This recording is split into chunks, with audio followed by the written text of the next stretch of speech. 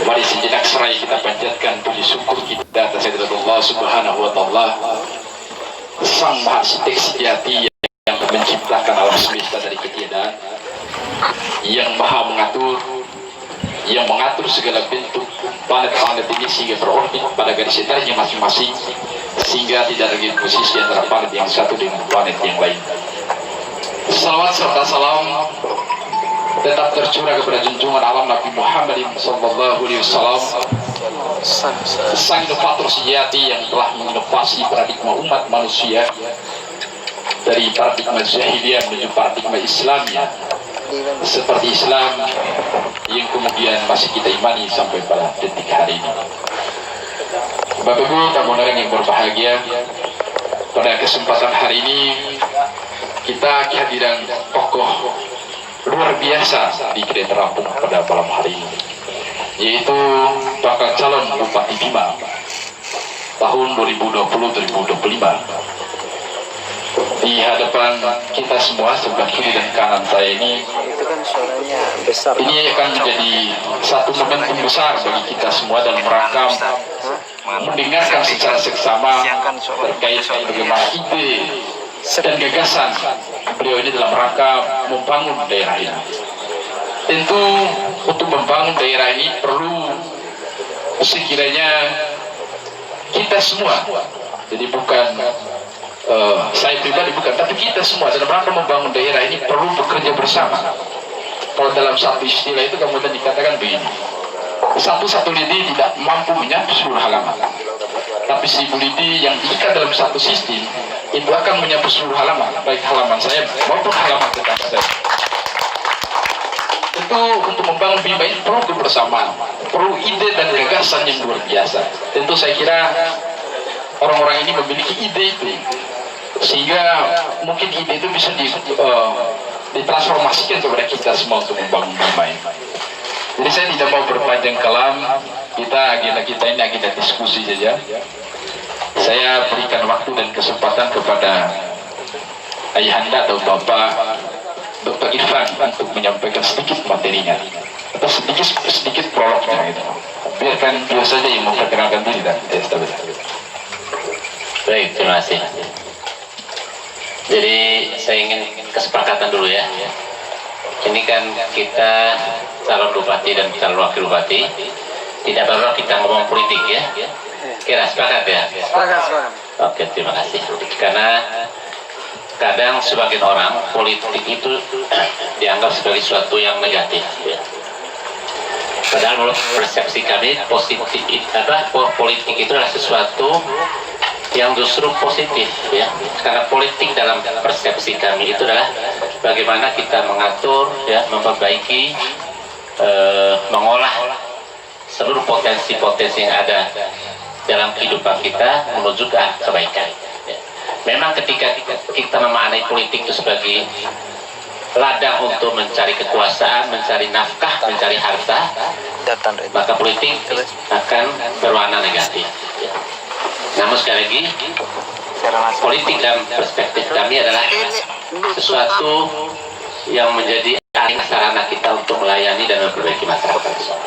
Jadi saya minta para generasi muda tidak alergi dengan politik, bahkan kita harus melek politik, karena politiklah sarana untuk kita memperbaiki keadaan.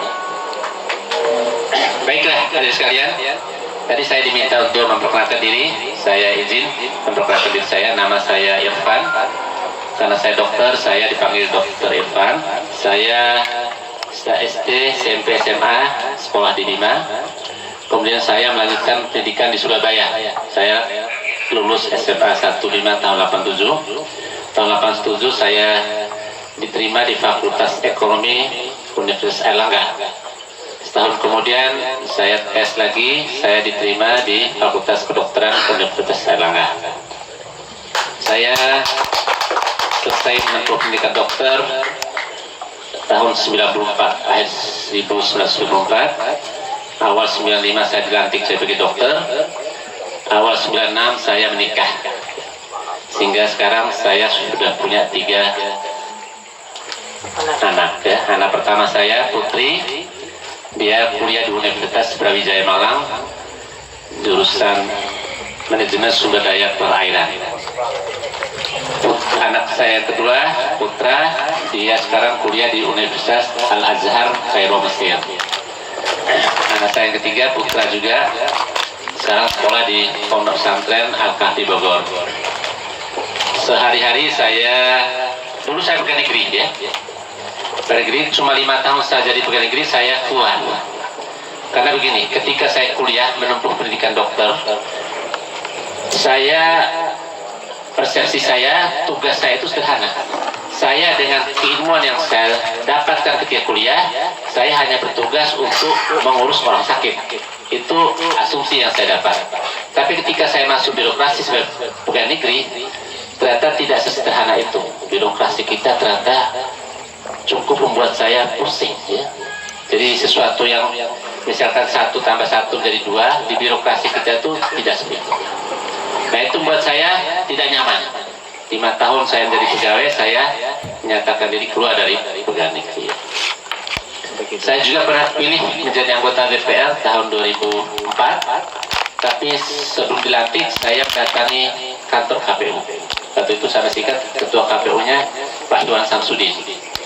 Saya bilang ke Pak Iwan Samsudin, karena saya kenal baik dengan beliau, Pak Iwan, saya minta tolong daftar nama-nama anggota DPR terpilih yang nanti akan jadi mitra saya untuk memikirkan bagaimana perbaikan kita ke depan 5. Kemudian saya dikasih waktu itu 40 orang nama anggota DPR terpilih termasuk saya. Namun setelah saya lihat dan analisa nama-nama yang tercantum, saya merasa saya tidak bisa memerankan pikiran-pikiran saya untuk memperbaiki 5 ke depan. Saya tidak tahu, bisa saja analisa saya salah saat itu, tapi saya merasa seperti itu. Sehingga sebelum dilantik, saya mengundurkan diri.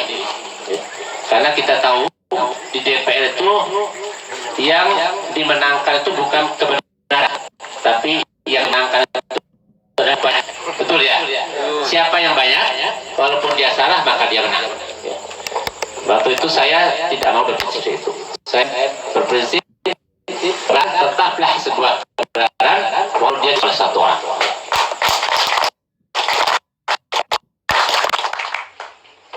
Nah, sehingga saya tekuni profesi sebagai dokter ya.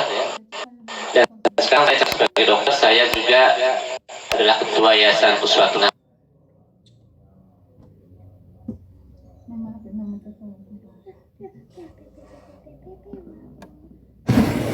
yang mengelola sekolah pendidikan Islam juga, mulai dari PAUD, TK, SD, IT,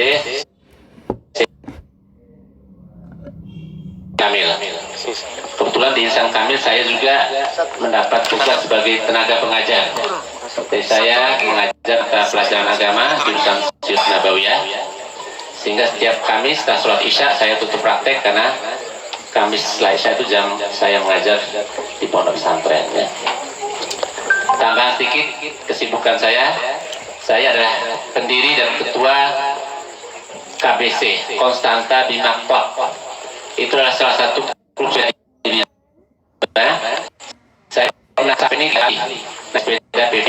Mungkin ada pernah dengar ada event Kosaik tahun 2000 Kosapur ya. Kita dari relasi ya, Bima saat itu 2 kali saya sudah ikut ya. Jadi saya hobi sepeda ya. Saya hampir setiap hari saya usahakan sepeda sekitar 50 kilo. Jadi saya pernah ke Dompu, Pakti PP, pernah ke Wera, pernah ke pantai apa di Dompu, Laki. Terjauh saya pernah naik sepeda berlima saat itu dari kota Bima ke Sosa, 150 kilo selama 18 jam. Jadi kita start jam 6 pagi, kita sampai Sumbawa sekitar jam 12 malam. Ingat waktu itu musim hujan bulan Desember, 3 kali kita kena hujan di jalan, kita terabas terus ya. Karena memang sudah dari rumah kita ingin sampai Sumbawa apapun kondisinya. Bismillah ya. Kedua, saya juga suka mendaki gunung ya. Setiap tahun kami punya jadwal dengan teman-teman ini mendaki gunung. Biasanya kami memilih rute pendakian Gunung Rinjani. Saya sudah beberapa kali, 5 kali naik Rinjani.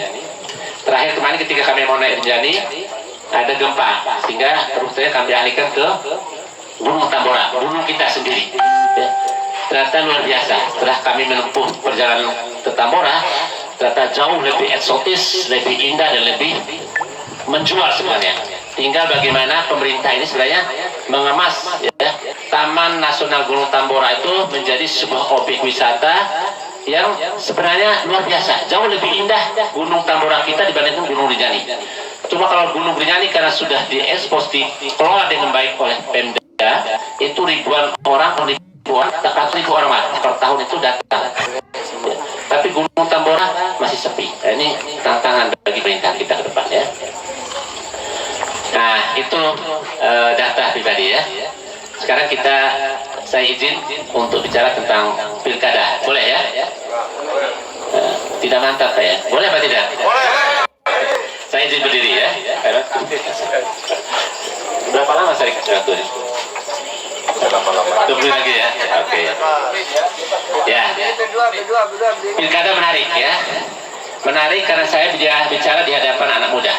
Anak muda ini adalah usia di mana kita ya itu diberi kesempatan waktu lebih panjang dibanding orang lebih tua. Jangan melihat kami sebagai sudah diambil alih Pertamina yang ribut-ribut namanya Blok Mahakam. Saya bekerja dengan itu perusahaannya Total itu dari Prancis. Jadi memang saya menjadi jasa pengeboran minyak di sana untuk tujuannya apa? Supaya bisa membangun usaha di sini. Dia membawa investasi dananya, tapi tenaga kerjanya harus orang Bima, dan kedepannya harus orang Bima yang